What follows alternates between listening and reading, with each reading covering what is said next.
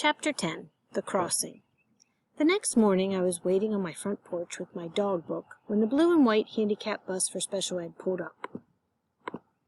There was a loud hissing, and suddenly the side door slapped open and a tiny platform lowered to the ground as the entire bus leaned to one side like an elephant kneeling down on one knee. I knew I was supposed to dash down the steps and hop on like a good boy, like Mom told me to, but I just stood there and stared at it. There were small, round mirrors on long steel poles stuck all over the corners of the bus. And from where I was standing, when I looked into the closest mirror, the whole world was stretched and curved so that I could see into the mirror on the back corner. And in that one, I could see the other back mirror until I could see all the way around the bus, the front of the driver's face, and the bald spot in back of his head, and actually see myself standing on my own porch with my backpack between my feet and my new short haircut Mom had given me after our walk. And as I looked at the little picture of myself in the mirror, I wished I could see around the corner of this morning, into tomorrow, and the next day, and find out in advance what was going to happen to me, because even though I promised Mom I wouldn't think 3 bad thoughts in a row, I felt I couldn't stop them if they showed up. The driver flipped through some pages on a clipboard, then stood and opened the front door. "Are you the new foster kid?" he called out. And it was a question that was very spooky to me, as if somehow going to special ed meant I was losing my mom too. "I'm not a foster kid," I said right back. "I'm Joey Pigza." "Who said I was a foster kid? I have a mom. She's just working. That doesn't mean I'm a foster kid." I could have kept going on because the more I talked, the more upset I got. She was the only thing I had, and it wasn't funny to have someone tease me that I was a foster kid. And while I was thinking about all this and standing as rigid as a locked door on the porch, he looked down at the clipboard again and flipped over some pages. "Where's your mom?" he asked. "I told you she's working," I replied. "Where?" he asked. But I wouldn't tell him because I could hear the screeching sounds of his radio inside the cab, and I thought if I told him he'd call someone and they'd take her away and it would be my fault that we didn't have each other anymore because I cut off Maria's nose tip and people blamed her for not controlling me, or maybe they already took her away and that's why I was being called a foster child. "Well, come on," he said. "We have a schedule to keep." I put my dog book in my backpack and walked down the steps. Not because I wanted to. I just didn't have a choice. There were only 4 other kids on the bus, but I wished I had been picked up first so I could get used to them one at a time. Even though I had seen kids with some pretty awful problems in Mrs. Howard's class, this was different.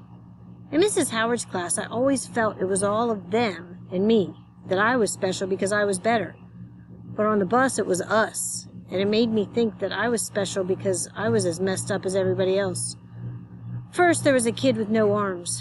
Actually, he had arms, but they were tiny and sticking straight out from his shoulders like fleshy pink Brussels sprouts with twiggy little fingers stuck on the ends. The arms were so short he didn't even have elbows, and the sleeves of his t-shirt had been cut off so they wouldn't get covered up. "Hi," he said, while his fingers scratched at the air like the legs on a turned-over crab. He gave me a head nod to sit next to him, so I did. "Hi," I said right back, and thought my medication might have been a dud because even though it was early in the morning, when I was usually good, I felt a surge of high-voltage willies flash through me. It was all I could do to sit down and squeeze my shoulders together toward the middle of my chest. I didn't want him to touch me. Still, when the bus lurched forward, I fell against his hand and felt his tiny sharp fingernails scratching at my shirt. "My name is Charlie," he said, and I just looked at him from the neck up, and it was okay. "Joey," I said in return. He leaned way forward as if he had dropped something on the floor, and then his little hand touched my hand, and I knew he wanted to shake because we had just met. So I slipped my hand between his fingers and gave them a gentle tug. "Nice to meet you," he said when he sat up. "What's your problem?" "Nothing," I said. "Nothing at all, except I think they're trying to take my mom away from me because he called me a foster kid." "They aren't going to take your mom away," he said. "I begged them to take mine, and they wouldn't, so it's doubtful they'd take yours behind your back." I lost track of what he was saying because a kid was bumping his head against the back of my seat. I spun around to see what he was up to. He was banging it pretty hard, so it was good that he was wearing a helmet. It wasn't a bicycle or football helmet, but more like one of those streamlined motorcycle helmets, and he kept rocking back and forth and lifting his feet off the floor and slamming into the metal rim of my seat back, and when I could get a glimpse of his eyes behind the clear visor, it seemed to me that they were wincing in pain, as if a giant rock had flattened him and he was constantly trying to wiggle out from under it. In front of me were 2 girls who seemed like any 2 girls, dressed nicely in clean clothes with shiny red backpacks on their laps. I touched my nose and smiled at them because girls reminded me of Maria, and they smiled back. "What's wrong with them?" I whispered to Charlie. "They're sisters. They get help once a week because they read and write everything backward. He turned to the girls. Show 'em what you can do. One girl held up her backpack. Y-A-M was spelled across the top. I thought it was pretty bad that someone was named after a type of potato. The other backpack said E-N-U-J. Her name is May, Charlie said. The other is June. Do you get it? I looked at May. She was grinning. My sister and I can write notes back and forth to each other in backward writing, and people can't understand it, she said. Pretty cool. Can you talk backward, I asked. I wish, May said. Maybe they'll teach us at special ed, said June and giggled. That is, after we learn how to read forward writing. We stopped at the railroad tracks, and the driver opened the door to listen for trains, but it was as if he had opened the door to tease me, as if he were singing, Come on, Joey Foster kid, bet you can't jump out the door and escape, bet you don't have the guts. And I was sweating, and my feet were vibrating like rockets just before takeoff. I could dive out the bus door and run away and bounce off the walls all the way to Pittsburgh like my dad, or I could pull myself together like my mom and go to special ed and get help. It was as if my life was trapped between two words, run or stay. And just as that kid behind me kept banging his head on the seat, I kept banging my head on those words, run or stay. And because I didn't know which to do, I thought of my mom, who had already pulled herself together, and now it was my turn. Just then the door closed and we jerked forward over the bumpy tracks. I let out my old breath and took a fresh one. Then I began to get nervous all over again about my mom being taken away, because thinking of her and how she would behave had just saved me from doing something stupid like jumping out a bus door and running away. So now I was even more afraid they were taking her. We pulled up to a big old brick house, and a kid was standing on the sidewalk. Are you the foster kid? The bus driver asked.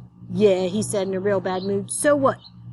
When he stomped onto the bus, I looked at him, and he didn't look much different than me, so I closed my eyes because it was too sad. When the bus stopped, I opened my eyes. We were in front of a new white building with dark tinted windows that looked like a bank or a fancy office. Shiny steel letters on the wall spelled out Lancaster County Special Education Center. We must have arrived late because there were only a few people waiting for us on the sidewalk. See you later, Charlie said, and used his foot to lift up his book bag so he could reach it with his miniature hand. He ran off toward a set of wide doors that opened automatically to let him in. The girls ran right behind him. I got off, and a big man came up to me. Are you Joey Pigza? He asked. He was wearing khaki pants, a white shirt, and a striped tie. Yeah, I said. I'm Mr. Ed Vanis, he said. I'm your caseworker, and you can call me Special Ed. Most everyone does. There's something I have to tell you, I replied. First, let me tell you about the school, Special Ed said as the front doors parted to let us in. It is not a school as you know it, and definitely not a place where you go because no one else wants you or likes you anymore. It's not a place for punishment.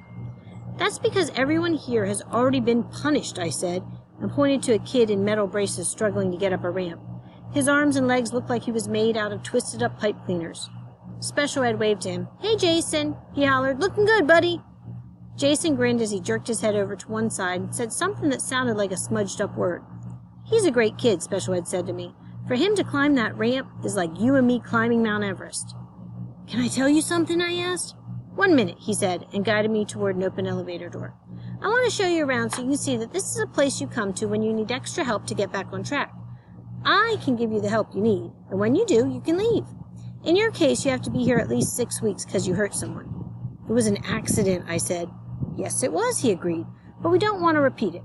We want you to learn to make better choices and go back to school. If you become a regular here, it just means we didn't do our job.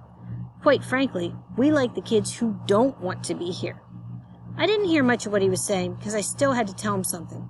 The bus driver thought I was a foster kid, I blurted out. That's a mistake, replied Special Ed. I want to see my mom, I said. We can't do that right now, he replied. We have other things to do. I have to introduce you to some of the people who will be helping you. Then can we see my mom, I asked. We'll call her on the phone, Special Ed said. I promise. The elevator made a loud buzzing sound and the door opened. We walked down a wide, bright hall with classrooms on either side. Still, it seemed more like a hospital than a school because it smelled more of medicine than food.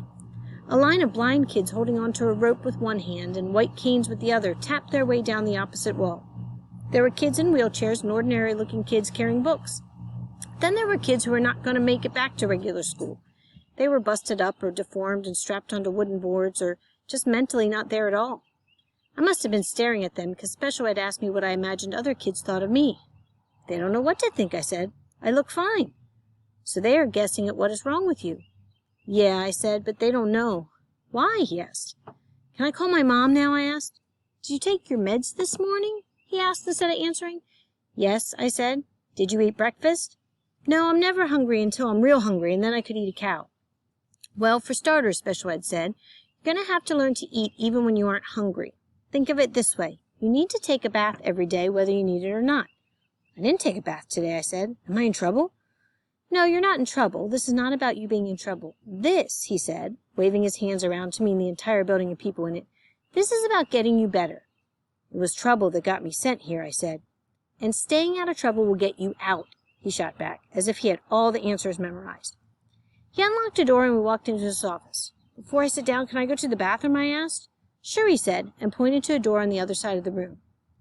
I didn't really have to go. I just wanted to be alone for a minute, so I stood there and flushed the toilet. I had thought the special ed school was going to be like a prison for bad kids. That had always worried me. But it didn't seem to be me. I didn't feel like someone would beat me up, and special ed wasn't as scary as I thought the teachers would be. In fact, nothing was scarier than me knowing something was wrong inside me, something I couldn't see silently eating away at me like termites, and I was going to ruin me even when I was being good. I was scary to myself. I flushed the toilet again and opened the door. My grandmother said, there is nothing that can make me better, she said. I said, she said our whole family is sick and nothing will help. I'm sure your grandmother is a nice person, he said. She tried to put me in the refrigerator, I blurted out. Sometimes nice people make bad decisions, Joey, he said. I'm telling you, you will be fine. We're going to give you tests. We will determine if the meds you're taking are right for you. We'll make sure you're getting the right amount. We will help you feel better about yourself. We will help you get caught up on your homework. And we will both see that Joey Pigza is okay. And when you are, back to regular school you go. Can I have a dog? I asked. He smiled. I think a dog is a very good idea, he said. Do you know how to take care of one? Not yet, I said. Well, when you learn how to take care of a dog, you will have learned how to take care of yourself. My grandma said I was part dog, I said. I'd like to meet her, Special Ed said. Really? Well, you can't, I replied. She fell down into the sewer and was washed away. Is that true? He asked, and smiled real hard at me. She's in Pittsburgh with my dad. Can I call my mom now? I asked. He turned his phone around and pushed it toward me. I dialed the number. Beauty and the Beast Hair Salon, answered Tiffany, the receptionist.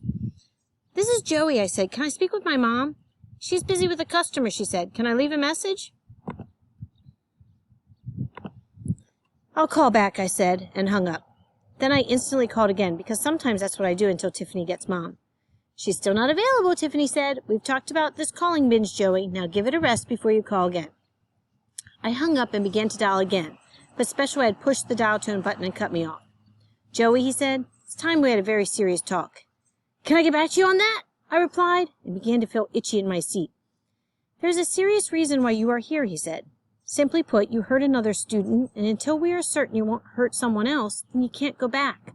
That's the bottom line, Joey. Do you see what I mean?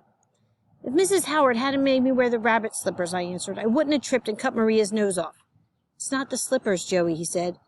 Then what? I asked, what? It's how you make decisions. Like what? You stuck your finger in a pencil sharpener. You swallowed a key. You lost it at the field trip. Joey, you make very bad decisions for yourself. I got dud meds, I said. They work in the morning and don't after lunch. We can help with the meds, Special Ed said, but that is the easiest part. You still have to learn how to make good decisions. I picked up the phone and started to dial. I want my mom, I said. He pressed the dial tone button. What if I told you your home life is part of the problem? We have to get serious now, Joey. It's time we look at the big picture.